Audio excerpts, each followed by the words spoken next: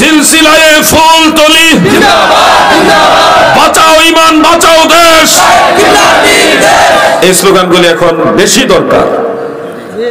কারণ সাহেব কেবলার এই পবিত্র জবানের ঘোষণাটার মূল্য এখন বুঝতেছি। বাঁচাও ইমান বাঁচাও দেশ, সাহেব কেবলার নির্দেশ, এটা মর্ম এখন বুঝতেছি। গত বছর আমার সাহেব কেবলা ফুলতলি সহ যত সিলসিলা সাজারা আছে সেগুলিতে তালাশ করে দেখবেন প্রত্যেকটা সিলসিলার মধ্যে ওই নামগুলি আছে যাদের মাঝে খেলাফতে বেলায়াত ছিল।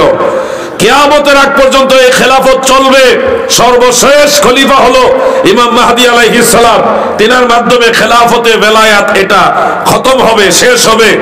বন্ধুরা আমার, আজকের দিনে যারা আপনাদেরকে লোভ দেখাচ্ছে আমরা খেলাফত কায়েম করব, শোনো, খেলাফত দুই ধরনের। একটা তো 30 বছরে কমপ্লিট হয়ে গেছে ইমাম হাসান রাদিয়াল্লাহু আনহুর পরে, ওই খেলাফত আর কিয়ামতের আগ পর্যন্ত চলবে না, বন্ধ। আরেকটা খেলাফত চলমান আছে, এটা কোনো রাষ্ট্রপতি কিংবা রাষ্ট্রনায়কের কাছে না, কিয়ামত পর্যন্ত এই খেলাফত আল্লাহর ওলিদের কাছে আছে, পীর মাশায়েখদের কাছে আছে। অতএব কেউ যদি খেলাফতের ছায়া তলে যেতে চাও তোমরা আল্লাহর ওলিদের কাছে যাও, তাদের কাছে মদিনাওয়ালার সেই খেলাফতে বেলায়াত। মারহাবা বলে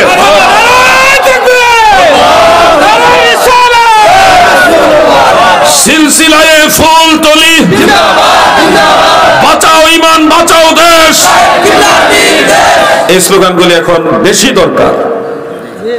কারণ সাহেব কেবলার এই পবিত্র জবানের ঘোষণাটার মূল্য এখন বুঝতেছি। বাঁচাও ইমান বাঁচাও দেশ, সাহেব কেবলার নির্দেশ, এটা মর্ম এখন বুঝতেছি। গত বছরও বুঝি নাই। সিলসিলায়ে ফুলতলি বাঁচাও ইমান বাঁচাও দেশ, এই স্লোগানগুলি এখন বেশি দরকার।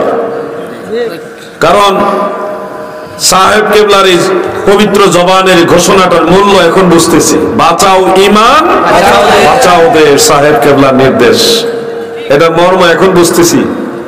গত বছরও বুঝি নাই, এখন বুঝতেছি। বাঁচাও ইমান বাঁচাও দেশ, এই স্লোগান কেন সাহেব কেবলা দিয়ে গেছিলেন। আরো কিছুদিন পর আরো ভালো মতো বুঝবেন, সময় যাক, সময় যাক, বুঝবেন। যাই হোক, মাগরিবের নফল নামাজ, সুন্নত নামাজ বা মাগরিবের আজানের পরে কেন সুন্নত নাই, এই বিষয়টা কি বুঝতে পারছেন আপনারা? আমি সাবলীল ভাষায় কথাগুলি বলার চেষ্টা করছি। আমি কখনো রাজনৈতিক আলোচনা করি না, কখনোই না। আমার আগে পরে কোন আলোচনাতে রাজনৈতিক আলোচনা পাবেন না, আমি কোথাও গেলে করি না। রাজনীতির এই সাবজেক্টটা বহু আগে থেকে আল্লাহর ওলিরা অ্যাভয়েড করেছেন।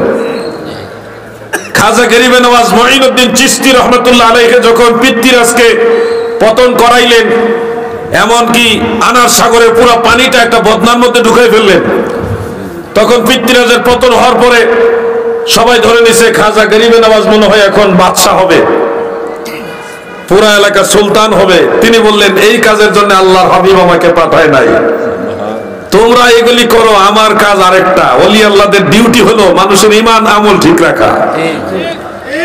হযরত মুজাদ্দিদ আল ফিসানি রাহমাতুল্লাহ আলাইহি তিনিও যখন বাদশা আকবরের পতন ঘটাইলেন, তারপরে লোকেরাও ধরে নিয়েছে মুজাদ্দিদ সাহেব মনে হয় এখন ক্ষমতা দখল করবে, কিন্তু তিনি বললেন, এটার জন্য আল্লাহর হাবিব আমাকে পাঠায়নি, তোমাদের কাজ তোমরা করো, আমি মদিনাওয়ালার ডিউটি, নবীর গোলামি যেটা করা সেটা মানুষের ঈমান আমল বাঁচাবার জন্য করছি। আজকের দিনে যুবক ভাইদেরকে একটু ইঙ্গিত করে একটা কথা বলি। খেলাফত দুই প্রকার। এক ধরনের খেলাফত দয়াল নবীজি বলেছেন, সহিহ মুসলিমের হাদিস, যে 30 বছর চলমান থাকবে, এরপরে বন্ধ হয়ে যাবে। এটাকে বলা হয় খেলাফতে নবুয়ত। মিশকাতের সূরা মিরকাতের মধ্যে মোল্লা আলী কারি রাহমাতুল্লাহ আলাইহি এটা উল্লেখ করেছেন। হযরত আবু বকর সিদ্দিক, হযরত ওমর ফারুক, হযরত ওসমান যুন্নুরাইন, শেরে খোদা মাওলা আলী, হযরত ইমাম হাসান রাদিয়াল্লাহু আনহুম, এই 5 জন আল বেদায়া ওয়ান নিহায়ার মধ্যে উল্লেখ, এই 5 জন দ্বারা খেলাফতের নবুয়তের 30 বছর কমপ্লিট হয়ে গেছে। এরপরে হযরত আমির মুআবিয়া রাদিয়াল্লাহু আনহু থেকে মুলকিয়াতের জমানা শুরু। যদিও এটা খেলাফতের শিকলেই চলে আসছে, কিন্তু খেলাফতে নবুয়ত বন্ধ হয়ে গেছে, 30 বছর কমপ্লিট হয়ে গেছে। এরপরে খেলাফত যেটা চালু ছিল সেটা হলো খেলাফতে বেলায়াত। এই খেলাফত ইমাম হুসাইন রাদিয়াল্লাহু আনহুর কাছে ছিল। যার কারণে ইয়াজিদের খেলাফত অবৈধ আর ইমাম হুসাইনের খেলাফত বৈধ। ইয়াজিদের বায়াত এটা অবৈধ আর ইমাম হুসাইনের বায়াত বৈধ, কারণ অরিজিনালি খেলাফতে ভেলায়াত এটা ইয়াজিদের কাছে নাই, এটা হলো ইমাম হুসাইন রাদিয়াল্লাহু আনহুর কাছে। তিনি দিয়ে গেছেন ইমাম জাইনুল আবিদিন রাদিয়াল্লাহু আনহুর কাছে, তারপরে উনি দিয়ে গেছেন ইমাম মুহাম্মদ বাকের রাহমাতুল্লাহ আলাইহি, তিনি দিয়েছেন তিনার আওলাদ ইমাম জাফর সাদিক। এইভাবে আস্তে আস্তে খেলাফত আজও পর্যন্ত সারা পৃথিবীতে ছড়িয়েছে। হুজুর গাউসে পাক আব্দুল কাদের জিলানীর সিলসিলার মধ্যে তালাশ করে দেখবেন, যাদের নাম বলেছি তাদের সিলসিলায় নাম আছে, অর্থাৎ এই সিলসিলাগুলি ওনাদের নিজস্ব না, ওইখান থেকে আসছে। খেলাফতে ভেলায়াত যাদের মাধ্যমে চলমান তাদের মাধ্যমে এসছে। খাজা মুঈনুদ্দিন চিশতি রাহমাতুল্লাহ আলাইহির শাজারার মধ্যে সিলসিলার মধ্যে দেখবেন এই নামগুলি আছে, যাদের মধ্যে খেলাফতে ভেলায়াত প্রচলন ছিল, চলমান ছিল। হযরত মুজাদ্দিদ আল ফিসানি, বাহাউদ্দিন নকশবন্দ, আল বুখারী, শামসুল উলামা সাহেব কিবলা ফুলতুলি সহ যত সিলসিলা শাজারা আছে সেগুলিতে তালাশ করে দেখবেন প্রত্যেকটা সিলসিলার মধ্যে ওই নামগুলি আছে যাদের মাঝে খেলাফতে ভেলায়াত ছিল।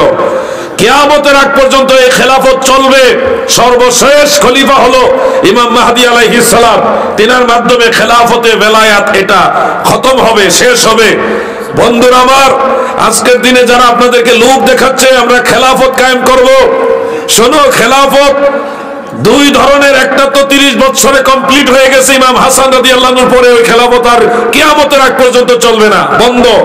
আরেকটা খেলাফত চলমান আছে, এটা কোনো রাষ্ট্রপতি কিংবা রাষ্ট্রনায়কের কাছে না, কিয়ামত পর্যন্ত এই খেলাফত আল্লাহর ওলিদের কাছে আছে, পীর মাশায়েখদের কাছে আছে। অতএব কেউ যদি খেলাফতের ছায়া তলে যেতে চাও, তোমরা আল্লাহর ওলিদের কাছে যাও, তাদের কাছে মদিনাওয়ালার সেই খেলাফতে ভেলায়াত। মারহাবা বলে।